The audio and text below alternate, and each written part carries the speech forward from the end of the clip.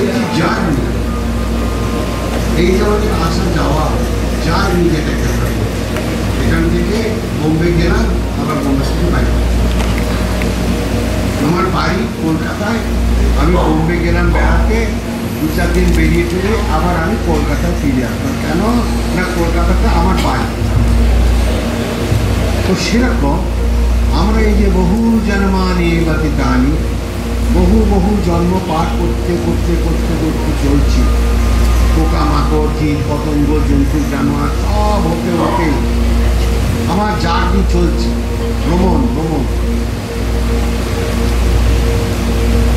এই যে যাতায়াত, এটাকে থামাতে গেলে কিছু কর্ম করতে হবে। যেমন মাঠে ফসল তুলতে গেলে আমাকে লাঙল দিতে হবে, সার বীজ বপন করতে হবে, তবে সেখান থেকে ফসল হবে। সেরকম আমার এই দেহক্ষেত্রের ভেতরেও সেই রকমভাবে যদি আমরা চাষবাস করতে পারি, তাহলে আমরা স্থিরাবস্থাকে পাব। আমার ভেতরে প্রাণের ওই স্থিরাবস্থাটাই ভগবান, আর প্রাণের চঞ্চল অবস্থাটা জীব। তাই আমি কখনো জীব কখনো শিব। শিব মানে স্থির, তাই স্থির শিব শুয়ে আছে, তার উপরে চঞ্চল প্রকৃতি কালী একদম রণোন্মাদিনী ছুটছে, পাগল প্রায়, পাগলের মতো না, চঞ্চলতার জন্য সে পাগলের মতো হয়ে গেছে। এইগুলোকে বোঝাবার চেষ্টা করা যাচ্ছে, কিন্তু শিব নিশ্চল শুয়ে আছে, তার বুকের উপরে পা দিচ্ছে, সেখান থেকে চঞ্চলতা উৎপন্ন হচ্ছে। যেমন এখানে আগুন জ্বলছে, তার থেকে লক্ষ লক্ষ স্ফুলিঙ্গ উঠছে, আমরা স্ফুলিঙ্গটাকে আগুন মনে করছি, স্ফুলিঙ্গটা আগুন, কিন্তু এখানে কি নেমে যাচ্ছে। সেরকম এই যে আমাদের কোটি কোটি মানুষ, জীবজন্তু, পোকামাকড় সব জন্মাচ্ছে, বেঁচে থাকছে, আবার মরে যাচ্ছে, আবার জন্মাচ্ছে। এই যে আসা যাওয়া, এটাকে থামানো, এই থামাবার জন্য যে কৌশল, সেটাকে বলে যোগ কর্ম সুকৌশলম। সেখানে ভগবানকে ডেকে ডেকে সুকৌশলযুক্ত করা বলা হয়নি, এটাকে বলা হয়েছে যোগ কর্ম সুকৌশলম। সুকৌশলযুক্ত যোগ কর্মের দ্বারা তুমি নিজেকে স্থির করতে পারবে, তখন তুমি নিজেই ভগবানে পরিণত হয়ে যাবে। অহম ব্রহ্মাস্মি। এই যে আমাদের শিক্ষা, বেদ, বেদান্ত, উপনিষদ, গীতা, এর ভেতর দিয়ে এইগুলোই বলা আছে। আটটা হচ্ছে লীলা চ্যাপ্টার, মানে কৃষ্ণ এসেছিলেন, তাই কী কী লীলা করেছেন সেইগুলো নিয়ে গুণগান। আমার লীলা নিয়ে কোন কাজটা? লীলার মধ্যে তো আমিই পড়ে গেছি, আমি তো সেই খপ্পরে আছি। তবে লীলা কীর্তন না করে আমি এমন কীর্তন করি যাতে করে আর আমাকে লীলা করতে না হয়, মিটে কোনো ঝামেলা, আমি স্থিরত্বে পৌঁছে যেতে পারি। সেটাকে বলে ক্রিয়াযোগ। ক্রিয়া মানে কর্ম, যে কর্মের দ্বারা তুমি যোগযুক্ত হতে পারবে সেইটা ক্রিয়াযোগ বা কর্ম। গীতার পরিভাষায় সেটা কর্মযোগ, আর পতঞ্জল যোগসূত্র অনুসারে সেটাই ক্রিয়াযোগ। ক্রিয়া মানে কর্ম, কর্ম মানে ক্রিয়া। অর্থাৎ তুমি নিজেকে জানবার যে চেষ্টা, সেইটাই আসল ব্যাপার। কারণ দেখো, স্লাইডে বলার ছবিটা আমরা দেখতে পাচ্ছি, দিদিকে দেখা যাচ্ছে একদম চোখ বন্ধ করে, মানে আত্মকপালে হয়ে চুপ করে বসে আছে, স্থিরত্ব।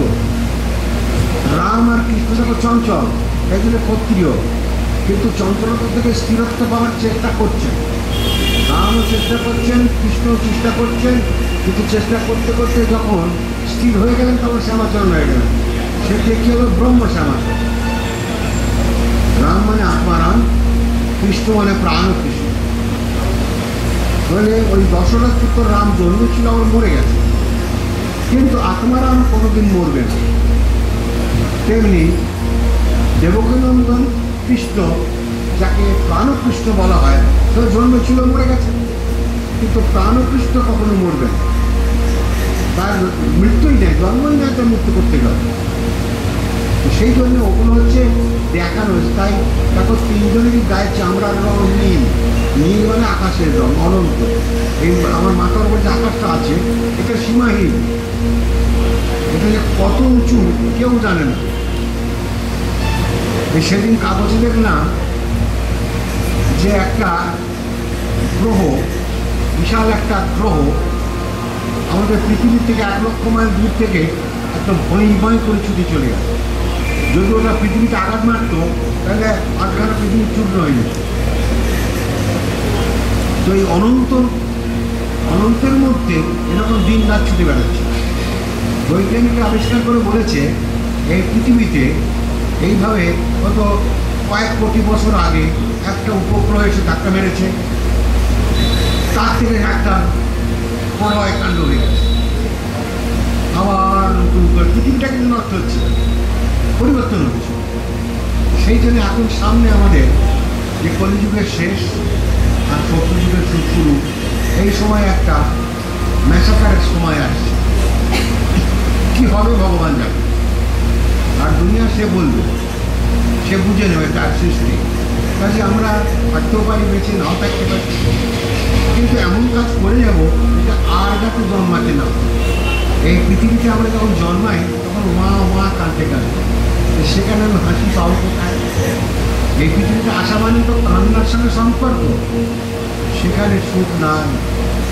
সেই জন্য রবীন্দ্রনাথ বলছেন এই পৃথিবীতে আসাটা এর চেয়ে বড় নরক আর পৃথিবীতে আর কোথাও নাই। জন্মগ্রহণ করে আসাটাই হচ্ছে সবচেয়ে বড় নরক, কারণ এখানে সুখ এবং দুঃখ দুটো ভোগ করতে হয় আমাদের। তাই কখনো হাসি কখনো কাঁদে। এর থেকে পরিত্রাণ পেতে গেলে জন্ম মৃত্যুর অতীতে চলে যাওয়া, পুনর্জন্ম না বিদ্যাতে গীতা বলে। এটা হচ্ছে সাধনার মূল উদ্দেশ্য। আমি ভগবানকে ডাকবো তবে ভগবান আমার কাছে আসবে না, ভগবান না ডাকতে আমার ভিতরে বসে আছে। বৃত্তে সর্জুন তিষ্ঠ, আমার হৃদয় দেশের মধ্যে প্রাণকৃষ্ণ আত্মারাম বসে আছে। তাকে জানো ছুটি। এই জন্য ক্রিয়াযোগ থেকে বলা হয় ইতি ব্রহ্মবিদ্যায়াম যোগ শাস্ত্রে শ্রীকৃষ্ণার্জুন সংবাদে, গীতাতে বলা আছে। এটা হচ্ছে ব্রহ্মবিদ্যা এবং যোগ শাস্ত্র। এই যোগ ছাড়া শাস্ত্র নাই, যোগ ছাড়া ধর্ম নাই। তাই গীতার 18টা অধ্যায়, প্রত্যেকটা অধ্যায়ের সঙ্গে সাফিক্স মানে পরে একটা করে যোগ শব্দ জুড়ে দেওয়া আছে। বিষাদ যোগ, আন্তঃযোগ, কর্মযোগ, ভক্তিযোগ, মুখ যোগ, সব যোগ যোগ যোগ যোগ ছাড়া গীতা নাই। অর্থাৎ গীতার মধ্যে একবারও ভগবান বলেনি অর্জুনকে, অর্জুন তুমি আমার একটা মূর্তি বসা বসে পুজো কর, তার তুমি না। বরং বলছেন তস্মাৎ যুদ্ধ যুদ্ধায় কৃতনিশ্চয়, হে অর্জুন ওঠো, আমার কৃতনিশ্চয় হয়ে আমার আদেশ অনুসারে, গীতার মাইন ধরে তুমি এই যুদ্ধ করো। এই যুদ্ধ তোমাকে করতেই হবে। তাই যোগেন বলছে তুমি যেভাবে সাধন করো না কেন, ঘুরে ফিরে কোনো না কোনো জন্মে এসে এই সাধন করতেই হবে, এছাড়া তোমার মুক্তি। তুমি ভাবছো আমি পুষ্টিপূর্ণ কাজ করো, তোর মুক্তি নেই। মুক্তি বলতে গেলে তোমাকে কোন এক জন্মে যেতে করতে হবে। এই যে ব্রহ্মবিদ্যা যোগ, এছাড়া তোমার মুক্তি দেওয়ার দুটো কোনো উপায় নাই। কারণ ভগবান যেমন এক, আল্লাহ আল্লাহ जो सबसे बड़ा, যে এই বিশ্বব্রহ্মাণ্ডের সবচেয়ে বড় তিনি আল্লাহ। তিনি কে? তাকে আমরা বলি ব্রহ্ম, তার উপরে আর কেউ নেই। সে ব্রহ্মটাকে মুসলমান ভাষায় তারা বলছে আল্লাহ। আল্লাহ जो सबसे बड़ा, তো মানেটা করে দিয়ে গেছে। এই যে তার অবদান, এই অবদানের কোনো তুলনা হবে না। আমরা পৃথিবীর কোনো বস্তু দিয়ে তার অবদানকে পূর্ণ করতে পারব না। তাহলে আমরা কি করতে হবে? বলছেন এরা যে করে আমি তার কাছে যাই, সে আমার বড় প্রিয়, তাকে আমি বড় ভালোবাসি।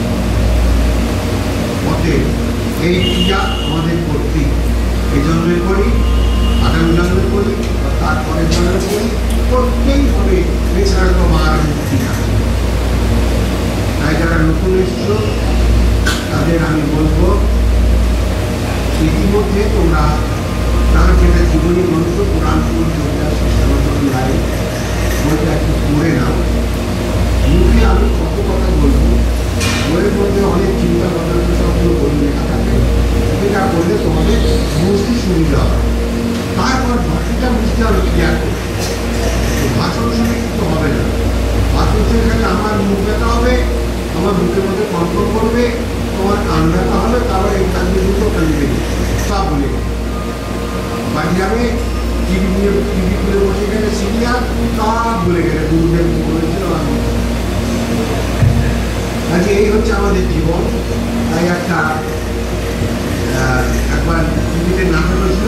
এই তো জীবন, খুব হই হই হচ্ছে, এই তো এই তো আমাদের জীবন। জন্মেছি ট্যাঁ করতে করতে, ওয়া করতে করতে, তারপরে আস্তে আস্তে বড় হলাম, তারপরে একদিন বড় হই হয়ে গেল। তারপরে আগুন নিয়ে জ্বালিয়ে দাও, তাহলে মাটির তলায় পুঁতে দাও, রোগ ছড়াবে, সেই প্রেয়সী দেবী ছড়া আছে অমঙ্গল হবে বলে ভূত হবে শিশুটি জ্বালা, রোগ ছড়াবে শিশুটি জ্বালা, জ্বালিয়ে দাও। জ্বালা মানে বন্ধুজাকার লাগার নয়, হ্যাঁ বন্ধুজাকার লাগার জ্বালা, আর একটা জ্বালা আছে বন্ধুজার করে আকার লাগার জ্বালা, সেটা হচ্ছে দাহ, মানে মনের দাহ, আগুনের দাহ যাই বলো, সেটা হচ্ছে বন্ধুজয়ের ভয়ে আকার লাগার জ্বালা। আর বন্ধুজাকার জ্বালা, বন্ধুজাকার লাগার সেটা পুরো জানো কেউ? বড় বড় মাটির কলসি আছে, এত বড় বড়, তাকে বলে জ্বালা, সেটা হচ্ছে বন্ধুজাকার জ্বালা।